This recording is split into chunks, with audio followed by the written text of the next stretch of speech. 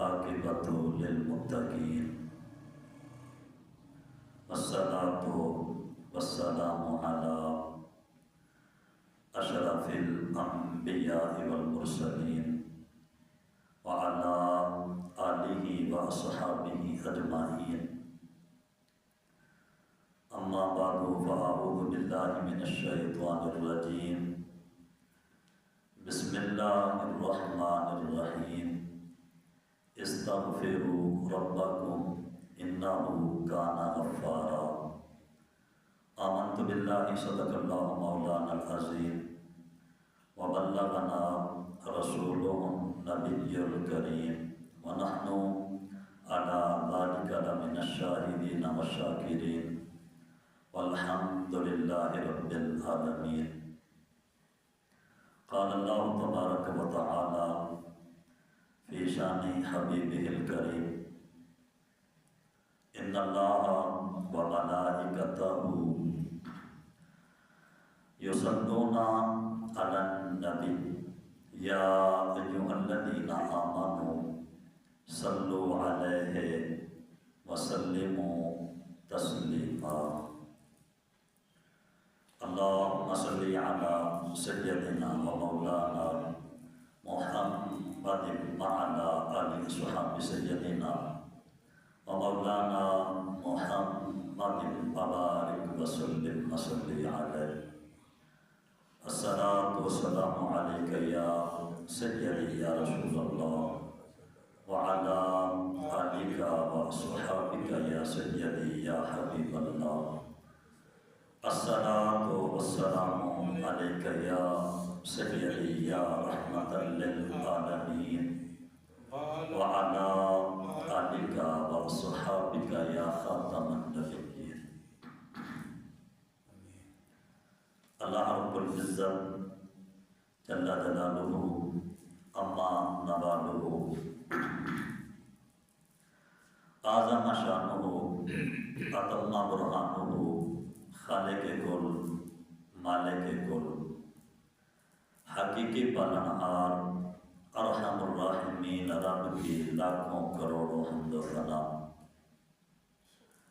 حضور سرور کائنات فخر موجودات بزم زینت کائنات تاجدار رسول فخر رسول حامی بے کساں سید سربراں امام المرسلین خاتم النبیین احمد مجتبی جناب محمد مصطفیٰ صلی اللہ تعالی علیہ وآلہ وبارک وسلم کی ذات ببرکات پر لاکھوں کروڑوں درود و سلام کے تحفے عقیدتوں محبتوں کے ساتھ پیش کرنے کے بعد کریم رب کی بارگاہ میں دعا ہے اللہ سب مسلمانوں کو نماز جمعہ ادا کرنے کی توفیق عطا فرمائے۔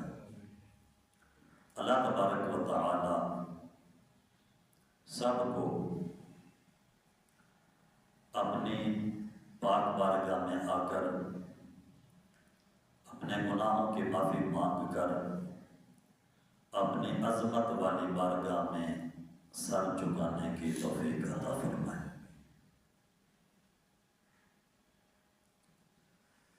اس مٹی کے انبار میں کیا رکھا ہے؟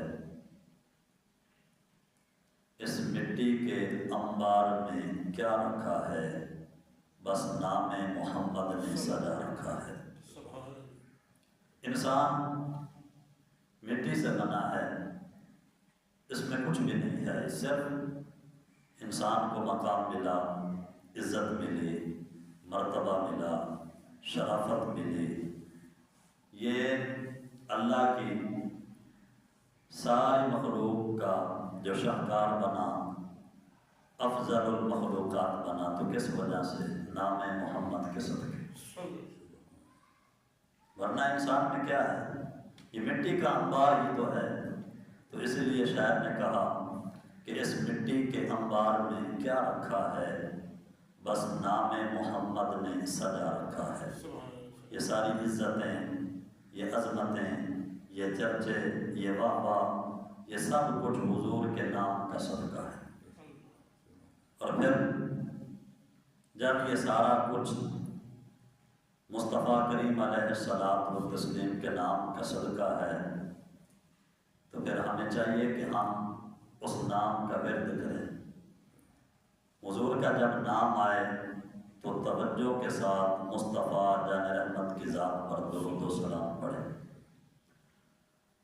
اور ہم نے دنیا داری میں آزما لیا ہے اور آزماتے بھی ہیں، چھوٹے چھوٹے لوگوں کے نام ہمارے بڑے بڑے کام کر جاتے ہیں۔ دنیا داری ہے، ہر بندہ اس نے یہ آزمایا ہوا ہے کہ لوگوں کے چھوٹے چھوٹے نام لوگوں کے بڑے بڑے کام کر جاتے ہیں۔ کبھی جاتے ہیں نا، وہ کام اگر اڑ جائے، کام نہ ہو رہا ہو تو کسی کا نام لیا جاتا ہے، جی میں فلاں کی سفارش لے کر آیا ہوں، فلاں صاحب میرا جاننے والا ہے۔ کبھی کسی کی سفارش کی تو کبھی کسی کی سفارش کی، تو چھوٹے چھوٹے لوگوں کے نام بڑے بڑے کام کر جاتے ہیں۔ تو جو ساری کائنات کا محبوب ہے، جب اس محبوب کا نام لیا جائے گا تو کتنے بڑے بڑے کام رب فرمائے گا۔ تو اس لیے جب بھی مصطفیٰ جان رحمت صلی اللہ علیہ وآلہ وسلم کا نام نامی اسم گرامی ہمارے سامنے لیا جائے تو محبت کا تقاضا یہ ہے کہ حضور کے نام کے ساتھ، خلوص کے ساتھ، اخلاص کے ساتھ، محبت کے ساتھ درود پڑھا جائے۔ یہ نہیں ہے کہ نام لینے والے کو اصرار کرنا پڑے کہ پڑھو درود، پڑھو درود، اور پھر ہم درود پڑھیں، کوئی چھت کی طرف دیکھ رہا ہو، کوئی اپنے کپڑوں سے کھیل رہا ہو، کوئی ادھر ادھر پڑھا تو پھر بھی جائے گا، لیکن جو توجہ کے ساتھ پڑھا جائے گا، ہر ہر لفظ کے بدلے اللہ کی رحمتوں کا نزول ہوگا۔ رب ذوالجلال خالق کائنات، مالک کائنات نے قرآن پاک میں ارشاد فرمایا، استغفروا ربکم، تم سارے اپنے رب سے معافی مانگو، استغفار کرو، اپنے رب سے معافی مانگو سب کے ساتھ۔ انہ کان غفارا، اس لیے کہ بے شک وہ رب جب بندہ معافی مانگتا ہے تو معافی قبول فرما لیتا ہے۔ بندہ جب معافی مانگتا ہے تو وہ بندے کے گناہ معاف فرما دیتا ہے۔ بندہ جب بخشش مانگتا ہے تو وہ بخش دیتا ہے۔ بندہ جب سوال کرتا ہے تو وہ رب عطا فرما دیتا ہے۔ فرمایا قل تستغفروا ربکم، استغفروا ربکم، سارے اپنے رب کی بارگاہ میں معافی مانگو، انہ کان غفارا، اس لیے کہ وہ رب معافیاں قبول فرماتا ہے، گناہوں کو معاف کرتا ہے، معافیاں قبول فرماتا ہے۔ وہ رب کرم نوازیاں فرماتا ہے، گناہگار کی آنکھ سے نکلے ہوئے آنسو کی وہ لاج رکھتا ہے، گناہوں کو نیکیوں میں بدل دیتا ہے، مشکلات دور فرما دیتا ہے، گناہگار کو نیکوکار بنا دیتا ہے۔ تو فرمایا کہ اپنے رب سے معافی مانگو، لیکن اس کے لیے شرط ہے کہ بندہ معافی مانگے، اس کی بارگاہ میں آئے، رجوع کرے اللہ کی بارگاہ میں، اللہ کی بارگاہ میں آ کے معافی مانگے۔ لیکن افسوس کی بات ہے، ہم تو استغفار بھی اس طرح کرتے ہیں جس طرح کوئی احسان کرتے ہیں کسی کے۔ ہم نے معافی مانگنی ہی نہیں ہے، اگر مانگیں گے بھی تو اس طرح سے مانگیں گے جس طرح ہمیں معافی کی ضرورت ہی نہیں ہے۔ نہ سر جھکائیں گے، نہ ہمیں ندامت ہوتی ہے، نہ شرمندگی ہوتی ہے، کسی چیز کا بھی ہمیں احساس نہیں کہ ہم جو اتنے بڑے گناہگار ہیں، اور اللہ جب فرما رہا ہے کہ میرے بندے مجھ سے معافی مانگ لے، تو ہمیں چاہیے کہ ہم معافی مانگ لیں۔ انبیاء کرام علیہ السلام معصوم ہیں، معصوم عن الخطا، ان سے کوئی گناہ نہیں ہوا، ان سے گناہ ہو ہی نہیں سکتا، اللہ نے ان کو معصوم بنایا ہے۔ اس کے باوجود بھی جناب حضرت یونس علیہ السلام، آپ نے یہ دعا سنی ہوئی ہے کہ لا الہ الا انت سبحانک انی کنت من الظالمین۔ اللہ کا نبی ہے، پیغمبر ہے، گناہوں سے معصوم ہے، لیکن پھر بھی اپنے کریم رب کے بارگاہ میں استغفار کر رہا ہے کہ انی کنت من الظالمین، کہ میرے رب اگر تو نے میرے اوپر رحم نہ کیا تو میں حد سے بڑھنے والوں میں سے ہوں۔ جناب آدم علیہ السلام اللہ کے نبی ہیں، استغفار کیا، اور یہاں تک کہ جس محبوب کے لیے اللہ نے اپنا رب ہونا ظاہر کیا، جو ساری کائنات کا محبوب ہے، کہ کائنات کا ذرہ ذرہ جس محبوب سے محبت بھی کرتا ہے اور جس محبوب کی ذات پر کائنات کا ذرہ ذرہ درود بھی پڑتا ہے، وہ محبوب بھی 100 بار استغفار کرتا ہے، استغفر اللہ استغفر اللہ، 100 بار اللہ کی بارگاہ میں استغفار کرتا ہے۔ تو صحابہ نے پوچھا کہ یا رسول اللہ صلی اللہ علیہ وسلم، آپ تو اللہ کے محبوب ہیں، آپ کے لیے تو رب نے کائنات سجائی، آپ اللہ کے محبوب، گناہوں سے پاک، اللہ کے محبوب، کائنات کے محبوب حضور، آپ 100 بار استغفار کرتے ہیں۔ تو رحمت عالم صلی اللہ علیہ وآلہ وسلم نے فرمایا کہ ہاں، میں اپنے رب کا شکر گزار بندہ بننا چاہتا ہوں۔ تو انبیاء کرام علیہ السلام وہ گناہوں سے معصوم، لیکن پھر بھی استغفار، اور ہماری صورتحال کیا ہے؟ ہم گناہوں میں لتڑے ہوئے، گناہوں میں ڈوبے ہوئے، اس کے بعد بھی ہمیں شرمندگی نہیں، گناہوں میں ڈوبے ہوئے پھر بھی معافی نہیں مانگتے، گناہوں میں لتڑے ہوئے پھر بھی اللہ کے بارگاہ میں سر نہیں جھکاتے۔ اور تو اور ہمیں تو اتنا بھی احساس نہیں ہوتا کہ جمعہ جو ہے وہ 7 دن کے بعد آتا ہے، چلو بندہ رام کے دروازے پہ 7ویں دن جا کے تو معافی مانگ لے۔ دن میں 5 مرتبہ اس کریم رب کی بارگاہ میں آ کر معافی مانگنا تو بڑی دور کی بات ہے۔ ہم تو اتنے بے باک اور بے خوف اور نڈر اور دلیر ہو گئے ہیں، ہمیں 7ویں دن بھی اللہ کی بارگاہ میں آنے کی توفیق نہیں ہوتی۔ جمعے والے دن بھی ہم اپنے رب کی بارگاہ میں آ کر معافی مانگنے کے لیے تیار نہیں ہیں۔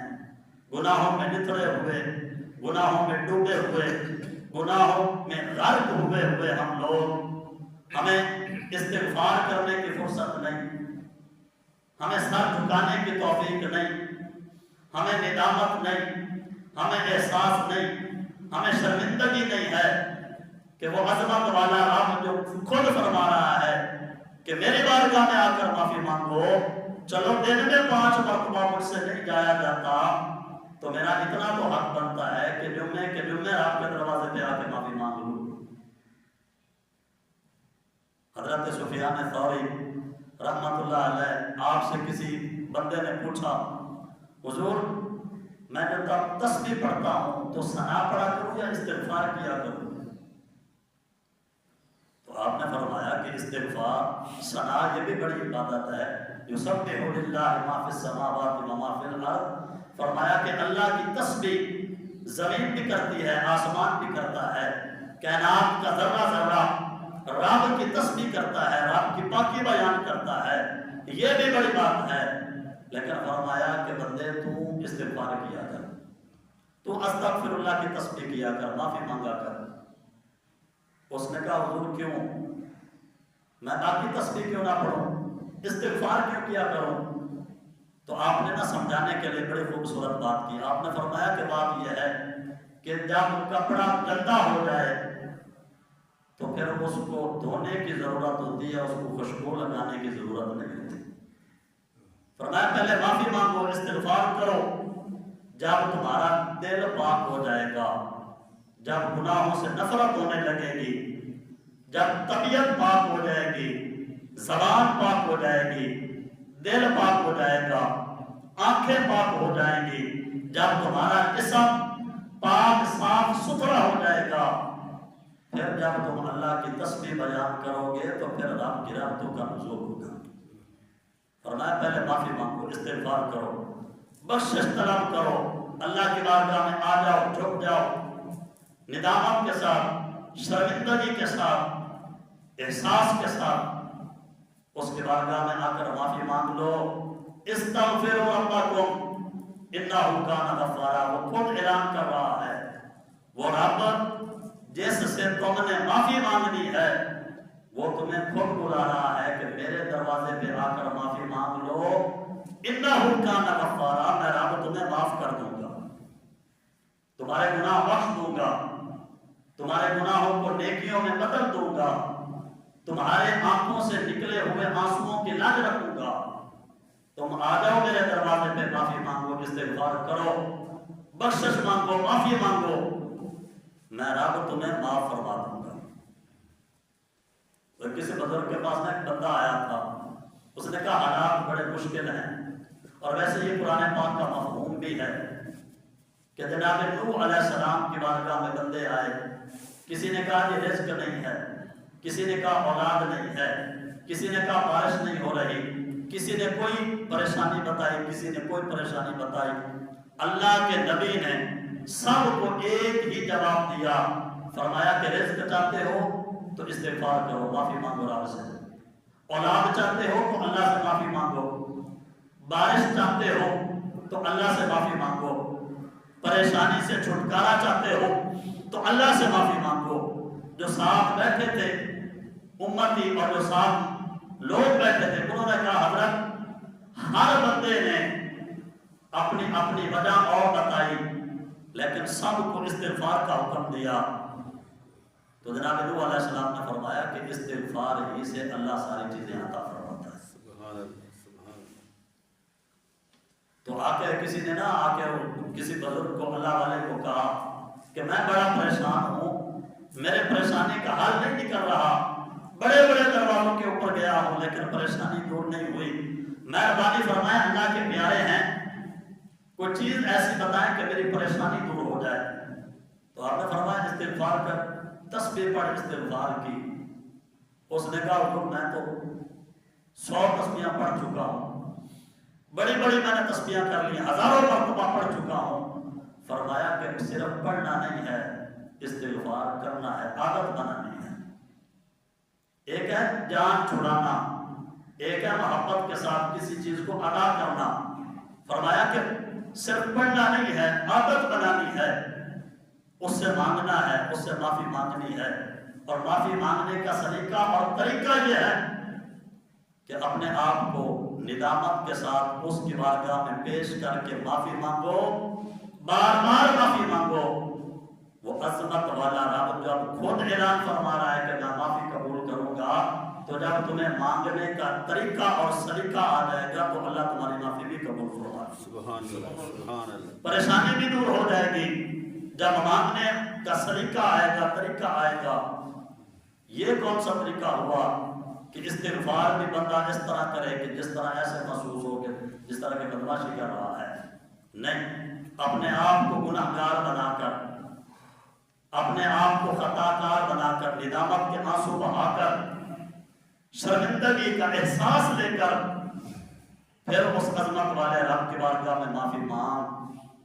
وہ تو کریم رب اتنا تک فرماتا ہے، مصطفیٰ جان رحمت صلی اللہ علیہ وآلہ وسلم کا فرمان ہے، فرمایا کہ اللہ تو اتنی بندے کی قدر کرتا ہے کہ بندہ شرمندہ ہو کر معافی مانگتے ہوئے مکھی کے پر کے برابر اگر آنسو اس کا آنکھ سے نکل آئے تو اللہ تو اس کو بھی قبول فرما لیتا ہے۔ سبحان اللہ، سبحان اللہ۔ ہم تو مائل بکرم ہیں، کوئی سائل ہی نہیں۔ خالق خود بلا رہا ہے استغفروا ربکم، اور سب کے سب اپنے رب سے معافی مانگ لو، انہ کان غفارا۔ پھر آگے رب خود فرماتا ہے کہ معافی مانگنے والوں تمہاری یہ معافی مانگی ہوئی خالی نہیں جائے گی، انہ کان غفارا، تمہارا رب تمہاری معافی کو قبول بھی فرمائے گا، اللہ تمہارے اوپر رحمت کا نزول بھی فرمائے گا۔ بڑے بڑے گناہگاروں کو اس نے معاف کیا۔ اور ہم حضرات سنتے رہتے ہیں کہ اگر 100 بندے کا قتل کرنے والا معافی کے ارادے کے ساتھ معافی مانگنے کے لیے اگر کسی اللہ والوں کی بستی کی طرف جا رہا ہو اور ابھی معافی مانگی بھی نہ ہو، ابھی صرف اس نے ارادہ کیا ہو معافی مانگنے کا اور اسی طرف جا رہا ہو کہ اس بستی میں جا کر اللہ والوں کے پاس جا کر معافی مانگوں گا، اگر راستے میں موت آ جائے تو رب تو اس کی معافی بھی قبول فرما لیتا ہے۔ تو جو بندہ اس کی بارگاہ میں حاضر ہو کر جمعے والے دن سر بھی جھکائے گا اور معافی بھی مانگے گا تو اللہ اس کی معافی کو بھی ضرور قبول فرمائے گا۔ بڑا بڑا سنا ہے ہم نے، آپ حضرات سنتے رہتے ہیں کہ قیامت والے دن کتنے کتنے بڑے گناہگار ہوں گے کہ جن کے رب معافیاں قبول فرمائے گا۔ اللہ فرماتا ہے استغفروا ربکم، ہمارے کرنے کا جو کام یہ ہے وہ یہ ہے کہ ہم اپنے رب سے معافی مانگیں، اس کے دروازے پہ آئیں، اس کی بارگاہ میں آ کر معافی مانگیں تو پھر وہ رب ضرور معاف فرماتا ہے۔ اور پھر جب کسی نام کا وسیلہ لیا جائے تو وسیلہ بڑے بڑے کام بناتا ہے، یہ دنیا داری ہے۔ اور میرے سے زیادہ آپ بزرگ حضرات بیٹھے ہیں، آپ کا تجربہ ہے کہ چھوٹے چھوٹے لوگوں کا نام جب لیا جاتا ہے تو بڑے بڑے کام بن جاتے ہیں۔ جب معاملہ کوئی گھنسا ہوا نا تو کہتے ہیں میں فلاں کی سفارش لے کے آیا ہوں تو کام بن جاتا ہے۔ جب چھوٹے چھوٹے لوگوں کے نام لینے سے بندے کے بڑے بڑے کام ہو جاتے ہیں تو جو ساری کائنات کا محبوب ہے اس محبوب کا جب نام لیا جائے گا تو اللہ کتنی کرم نوازیاں فرمائے گا۔ اس میں اعظم ہی سمجھتا ہوں میں اس میں یار کو، اس میں اعظم ہی سمجھتا ہوں میں اس میں یار کو، اسی لیے میں یار ہی کے نام کا عامل ہوا۔ وہ شاعر کہتا ہے کہ اس میں اعظم کی برکت یہ ہوتی ہے کہ جس بندے کو اس میں اعظم یاد ہو جائے اس کی پھر برکت یہ ہوتی ہے کہ اس کی زبان ہلتی جاتی ہے، رب ویسے ویسے فرماتا جاتا ہے۔ تو کہا کہ میں نے تو اپنے یار کے نام کو اس میں اعظم بنایا ہوا ہے، اور حضور کا نام یہ بھی اس میں اعظم ہے کہ جب محبت کے ساتھ مصطفیٰ جان رحمت صلی اللہ علیہ وآلہ وسلم کا نام لیا جاتا ہے تو اللہ ہر مشکل کام کو آسان فرما دیتا ہے، ہر بگڑا ہوا کام بن جاتا ہے جب محبوب کا نام آتا ہے۔ اس لیے فرمایا کہ استغفروا ربکم، اپنے رب سے معافی مانگو۔ بڑی غفلت ہو گئی، بڑی سستی ہو گئی، بڑی غفلت میں زندگی گزر گئی، لیکن اب وقت ہے کہ اب معافی مانگ لو۔ امام حسن مجتبی سید الشہداء، راکب دوش مصطفیٰ، جگر گوشہ سید زہرا، امام حسن مجتبی رضی اللہ تعالی عنہ آپ بیٹھے تھے، یہ شہزادہ بیٹھا ہے، سامنے بزرگ بھی بیٹھے ہیں، جوان بھی بیٹھے ہیں، تو آپ نے فرمایا بزرگوں اگر میں ایک بات کروں تو جواب دو گے؟ سوال کیا، فرمایا کہ بزرگوں اگر تمہیں میں ایک بات کروں تو میری بات کا جواب دو گے؟ انہوں نے عرض کی حضور آپ شبیہ مصطفیٰ ہیں، راکب دوش مصطفیٰ ہیں، حضور کے شہزادے ہیں، آپ سے مصطفیٰ جان رحمت کی خوشبو آتی ہے، حضور ہماری کیا مجال، آپ حکم فرمائیں ہم حاضر۔ آپ نے فرمایا مجھے بتاؤ کہ زمین کا مالک کسان جب اتنی زیادہ محنت کرتا ہے کہ اپنی زمین پہ پہلے ہل چلاتا ہے، پھر بیج ڈالتا ہے، پھر اس کی حفاظت کرتا ہے، پانی لگاتا ہے، فصل کی حفاظت کرتا ہے، وہ اپنی جان خرچ کر دیتا ہے، بڑی محنت کرتا ہے۔ عرض کی حضور بالکل ہل بھی چلاتا ہے، بیج بھی ڈالتا ہے، پانی بھی لگاتا ہے، رکھوالی بھی کرتا ہے، بڑی بڑی محنت کرتا ہے۔ تو فرمایا کہ مجھے یہ بتاؤ کہ جب وہ فصل پک جاتی ہے تو پھر مالک اس فصل کے ساتھ سلوک کیا کرتا ہے؟ سوال بڑا دانشمندانہ تھا، سمجھانے کے لیے بڑی خوبصورت بات کی. فرمایا بتاؤ زمین کا مالک جب زمین میں ہل چلاتا ہے، پھر بیج ڈالتا ہے، پانی لگاتا ہے، فصل اگتی ہے، پھر اس کی رکھوالی کرتا ہے. انہوں نے کہا حضور کرتا ہے، یہ سب کچھ کرتا ہے، جان لڑا دیتا ہے. فرمایا پھر مجھے یہ بتاؤ کہ جس چیز کے لیے وہ جان لڑا دیتا ہے، جب وہ فصل پک جاتی ہے تو سلوک کیا کرتا ہے؟ کہنے لگے شہزادے سلوک پھر یہ کرتا ہے کہ اس فصل کو پھر کاٹ دیتا ہے، اس کو کاٹ دیا جاتا ہے. جب فصل پک جاتی ہے تو پھر سلوک یہ کیا جاتا ہے کہ کاٹ دی جاتی ہے. فرمایا کہ مجھے بھی تمہیں یہی سمجھانا تھا کہ تمہارے سفید بال آ گئے، بزرگی آ گئی، تم پک چکے ہو، تیار کرو کہ کب رب کا حکم آئے اور کب اسرائیل تمہاری روح کو لے کر نکل جائے. اب تیاری رکھو، تمہارا بھی وقت آنے والا ہے. وہ مالک جس نے تمہیں یہ سارا کچھ دیا ہے، کب اس کا حکم آئے اور کب تم چلے جاؤ، اس سے پہلے کہ حکم آئے تیاری کر لو، معافی مانگ لو، اپنے گناہوں کی معافی مانگ لو، اپنے رب کو راضی کر لو، اس کی بارگاہ میں استغفار کر لو. اسی لیے تو کہا تھا کہ کوئی بن گیا رونق پکیاں دی، کوئی چھوڑ کے شیش محل چلیا، کوئی پلیا ناز تے نخریاں تے، کوئی ریت تے تھل چلیا تے کوئی بھول گیا مقصد آمن دا، کوئی کر کے مقصد حال چلیا. یار فریدہ اتنے ہر ایک مسافر ہے، کوئی آج چلیا تو کوئی کل چلیا. کہا کہ وقت آ چکا ہے، تقدیر کا فیصلہ جو ہے وہ لکھا جا چکا ہے. اس سے پہلے کہ وہ رب کا حکم ہو اور فصل کاٹ دی جائے، تیاری کر لو، استغفار کر لو، معافی مانگ لو. جب تم معافی مانگو گے تو رب فرماتا یبدل اللہ سیئاتہم حسنات، یہ تمہارے رب کا وعدہ ہے. معافی مانگنا تمہارا کام ہے، رب تو تمہارے گناہوں کو بھی نیکیوں میں تبدیل، اللہ تو تمہارے گناہوں کو بھی نیکیوں میں تبدیل فرما دیتا ہے جب تم معافی مانگو گے. انہ کان غفارا، اس لیے کہ وہ کریم رحم بخشنے والا ہے، مہربان ہے، وہ بڑی محبت فرماتا ہے، بڑا سلوک فرماتا ہے. اور ہماری صورتحال کیا ہے؟ مکان تیار ہو رہے ہیں، اور جب مکان تیار کیا جاتا تو مالک دیکھنے والا ہوتا ہے. آپ حضرات نے بھی مکان تیار کروایا، اوپر بیٹھا ہوتا ہے، بالکل اوپر. اور جب پوچھا جائے کہ کیوں سر کے اوپر بیٹھا ہے، نہ تو مستری نہ تو مزدور، پھر بھی اوپر بیٹھا ہے، تو جواب دیتا ہے کہ میں نے اس میں رہنا ہے، اگر میں اس کی نگرانی نہیں کروں گا تو مجھے تسلی نہیں ہوگی. میں اوپر بیٹھا ہوں، میں نے اس میں رہنا، رہائش اختیار کرنی ہے. کتنا رہے گا تو 10 سال رہ لے گا، 20 سال، 30 سال، 50 سال، 60 سال، اللہ تجھے لمبی زندگی دے، 100 سال رہے گا. اس کے بعد پھر تو مرنا ہے نا. اور اسی لیے حدیث پاک ہے کہ جب بندہ عمارت بناتا ہے نا زمین کے اوپر، جب عمارت اٹھاتا ہے تو آسمان سے فرشتہ دروازہ کھول کر اس بندے کو کہتا ہے کہ کدھر آ رہا ہے؟ تو نے اوپر نہیں جانا، اللہ کے بندے، تو نے زمین کے نیچے جانا ہے.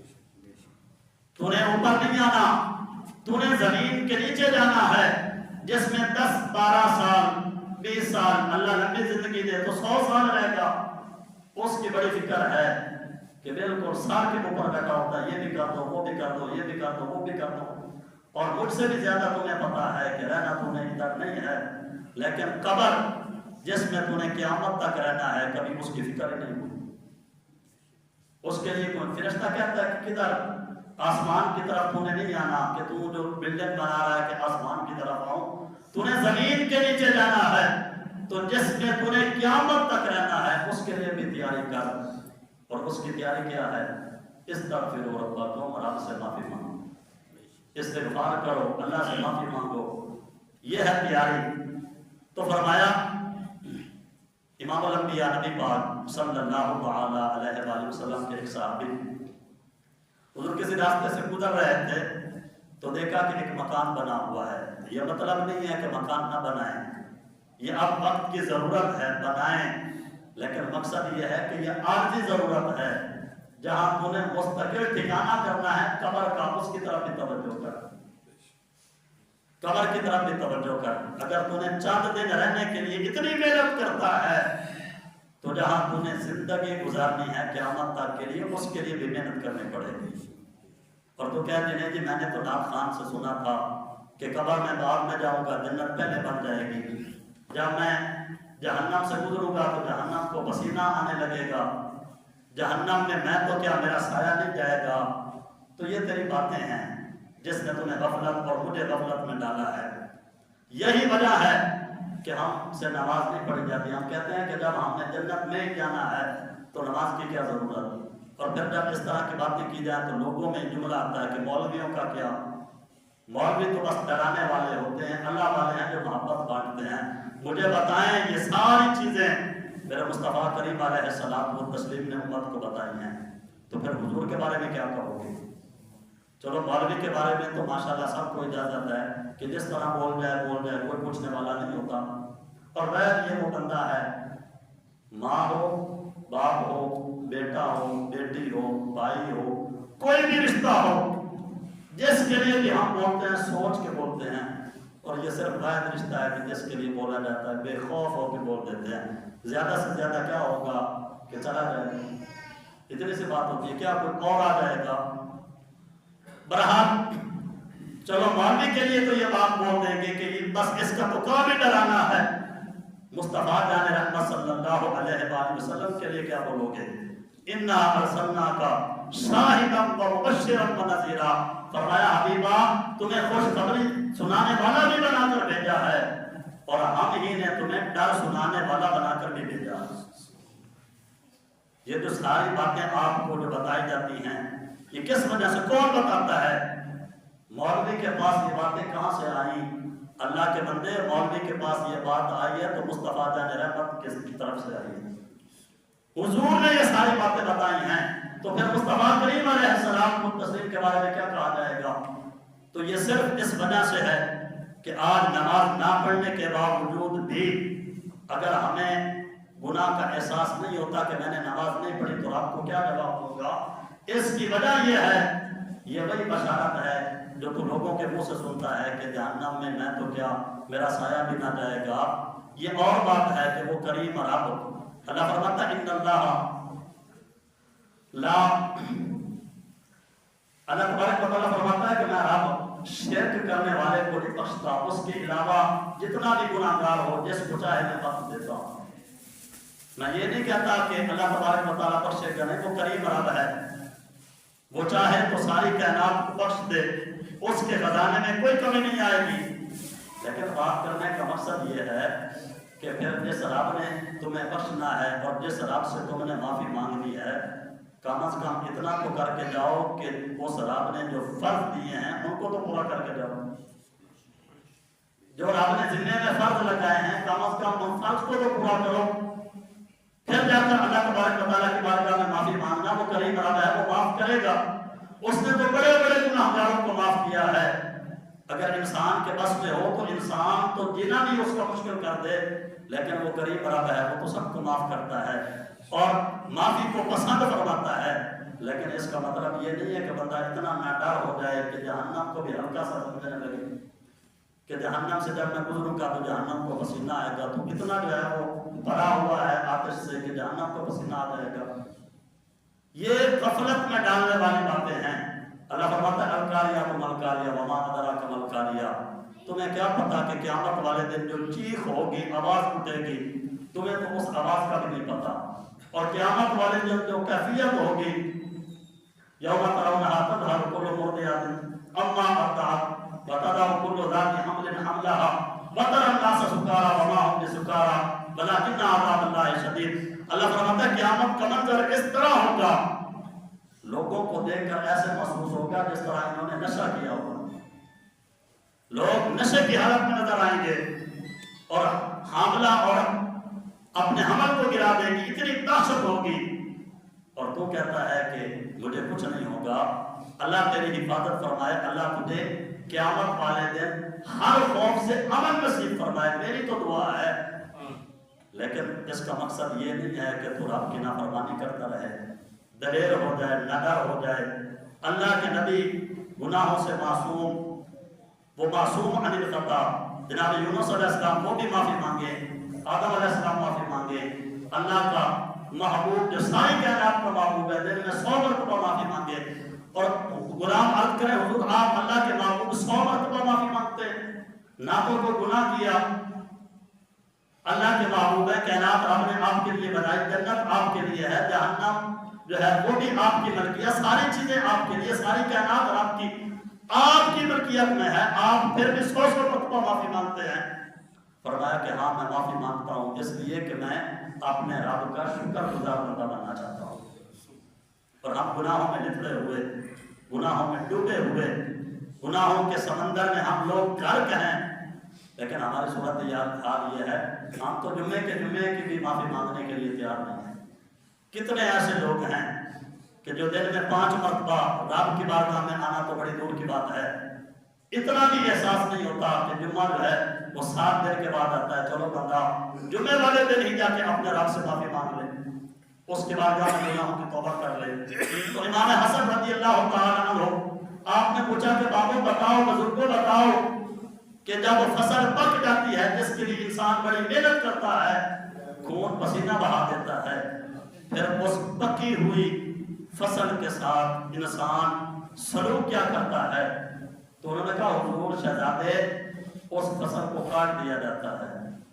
فرمایا کہ یہی بات تو میں آپ کو سمجھانے والا ہوں کہ تمہارا بھی وقت آ چکا ہے کہ کب حکم آئے اور تمہاری فصل جو ہے وہ کاٹ دی جائے، اس سے پہلے معافی۔ ہم چاہیے تو یہ تھا کہ جیسے جیسے ہماری عمر بڑھتی جاتی، ہماری عبادت بڑھتی، قرآن پاک کی تلاوت بڑھتی، اللہ کی بارگاہ میں سجدے بڑھتے، ہمارے اندر جو رحمت دلی ہے وہ بڑھتی، حسن سلوک بڑھتا، اخلاق بڑھتا، کیونکہ عمر جو ہے قریب ہے، فصل تیار ہو چکی ہے، کٹنے والی ہے۔ چاہیے تو یہ تھا کہ جیسے جیسے عمر بڑھتی جاتی، عبادت بڑھتی، سجدے بڑھتے، تلاوت بڑھتی، اخلاق بڑھتا، صلہ رحمی بڑھتی، لیکن ہماری صورت تھوڑی مختلف ہے کہ جیسے جیسے عمر بڑھتی جائے آپ کی بارگاہ سے دور ہوتے جاتے ہیں، نہ سجدے کرنے کی توفیق، نہ تلاوت کی توفیق، نہ رحمت دلی کا نام و نشان، نہ کوئی اخلاق، کچھ بھی نہیں ہے۔ کیوں؟ اس لیے کہ غفلت کا شکار ہیں، ادھر ادھر کی باتیں سن کے اپنے آپ کو تسلی دیجیے کہ ہم تو بخشے ہوئے ہیں۔ یہ تو تب پتہ چلے گا جب قیامت والے دن اللہ کھڑا کرے گا اور پوچھے گا اتنی لمبی زندگی دی تھی، بتا گزار کے کہاں آیا؟ ثم لتسألن یومئذ عن النعیم، اللہ فرماتا ہے قیامت والے دن میں ہر نعمت کے بارے میں تم سے سوال کروں گا اور تمہیں اس سوال کا جواب دینا پڑے گا۔ آج اگر کسی کی بات سن کر ادھر ادھر کر جاتا ہے اور جواب دینا پسند نہیں کرتا، لیکن قیامت والے دن اللہ جب ہر نعمت کے بارے میں سوال کرے گا، تیری جرات ہی نہیں ہوگی کہ تو رب کی بارگاہ سے ہل سکے جب تک جواب نہ دے سکے۔ اللہ تبارک و تعالی ہمیں اس غفلت سے بیدار ہونے کی توفیق عطا فرمائے۔